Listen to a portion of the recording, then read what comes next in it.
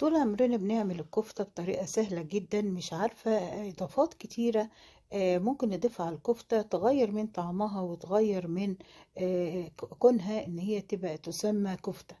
الكفتة هي عبارة عن لحمة مفرومة، بصلة، وشوية ملح وشوية فلفل أسود فقط لا غير، وممكن نضيف لها شوية من البقدونس.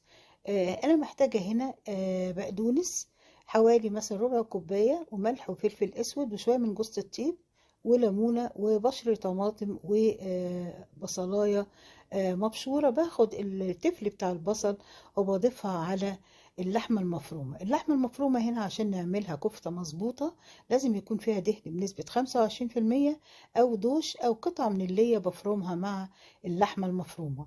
بعد كده بضيف لها البقدونس، وما بضيفش بقدونس كتير عشان ما تغمقش مني، وما بضيفش برضو بهارات كتير عشان ما تغيرش من طعم الكفتة. كل اللي هضيف هنا عصير نص ليمونة بس، بيديها طعم مزازة حلوة، وفي نفس الوقت بيضيع أي نوع من الزفارة موجودة في اللحمة. قبل ما بنعملها خالص وبنحط عليها الفحمة أو بنحط عليها شوية من الزيت وبنغطيها.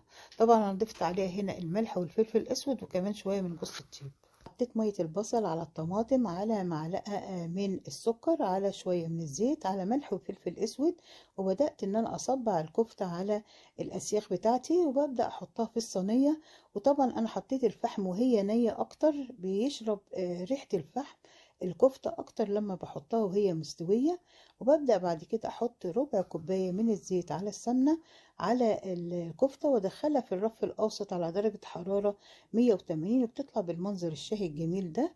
ايه رأيكم بقى؟ في منتهى الجمال. وبجملها بالبقدونس والفلفل، وبقدم معاها السلطة الخضراء، وبقدم كمان معاها الطحينة. وزي ما انتم شايفين الصابع الكفتة طالع متماسك مش سايب من بعضه، وفي نفس الوقت طرية وجميلة جدا واخدة ريحة الفحم في منتهى الجمال. عايزة اقول لكم التصوير كمان بتاع الموبايل مش ظاهر شكل الكفتة بالظبط، هي احلى من كده بكتير. وطبعا ببدأ بعد كده اجيب عندي الطحينة، بضيف عليها شوية من المية وشوية من الخل وعصير الليمون، واضيف لها الكزبرة الناشفة والكمون، وكمان فص من الثوم وشوية من الملح وشوية من الفلفل الاسود، ممكن اضيف لها بابريكا كمان. وبعد ما بقلب كل المكونات دي مع بعض بتكون الى حد ما مش متماسكة ومش طرية قوي، وببدأ احطها في طبق التقديم واجملها بالبقدونس والفلفل الالوان.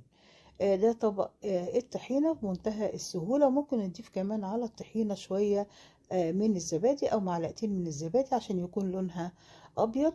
وبقدمها مع الكفتة الجميلة دي، وممكن أقدم كمان معاها طبق من المكرونة أو طبق من البطاطس المحمرة. السلطة الخضراء عبارة عن جرجير وبقدونس وفلفل ألوان وفلفل حار وطماطم وخيار وخس، وأضيف عليها عصير الليمون والخل وشوية من الزيت وكمان شوية من الملح. أتمنى فيديو النهاردة يكون عجبكم، وتجربوا كل وصفات. أشوفكم الفيديو الجاي على خير بإذن الله. دمتم بصحة وعافية، والسلام عليكم ورحمة الله وبركاته.